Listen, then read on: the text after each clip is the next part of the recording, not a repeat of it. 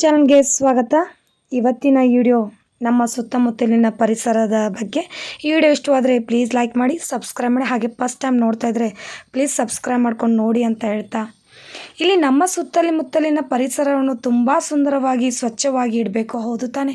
ನಮ್ಮ ಸುತ್ತಮುತ್ತಲಿನ ಪರಿಸರವನ್ನು ಸ್ವಚ್ಛವಾಗಿ ಇಡಬೇಕು. 10 ಸಾಲಿನ ಪ್ರಬಂಧ ಅಥವಾ ಭಾಷಣ ನಿಮ್ಮ ನೆಚ್ಚಿನ ನಮ್ಮ ಸುತ್ತಮುತ್ತಲಿನ ಪರಿಸರ.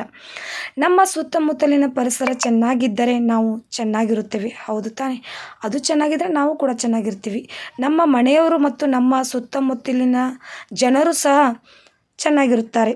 ನಮ್ಮ ಸುತ್ತಮುತ್ತ ಸ್ವಚ್ಛವಾಗಿಲ್ಲ ಎಂದರೆ ನಮ್ಮನೆ ಅನೇಕ ರೋಗಗಳು ಬರುತ್ತವೆ. ಕಾಯಿಲೆಗಳಿಗೆ ಆಹ್ವಾನ ಮಾಡಿದಂತಾಗುತ್ತದೆ. ಆದ್ದರಿಂದ ನಾವು ನಮ್ಮ ಸುತ್ತಮುತ್ತಲಿನ ಪರಿಸರವನ್ನು ಸ್ವಚ್ಛವಾಗಿಡಬೇಕು.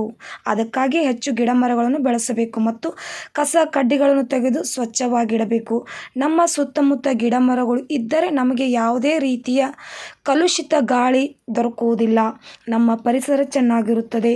ನಮ್ಮ ಸುತ್ತಮುತ್ತಲಿನ ಪರಿಸರ ಚೆನ್ನಾಗಿ ಇಟ್ಟುಕೊಂಡು ನಾವು ಬೇರೆಯವರಿಗೆ ಮಾದರಿಯಾಗಿರಬೇಕು. ಇವತ್ತಿನ ನಮ್ಮ ಸುತ್ತಮುತ್ತಲಿನ ಪ್ರಬಂಧದ ವಿಡಿಯೋ ಇಷ್ಟವಾದರೆ ಪ್ಲೀಸ್ ಲೈಕ್ ಮಾಡಿ, ಸಬ್ಸ್ಕ್ರೈಬ್ ಮಾಡಿ, ಶೇರ್ ಮಾಡಿ. Thank you.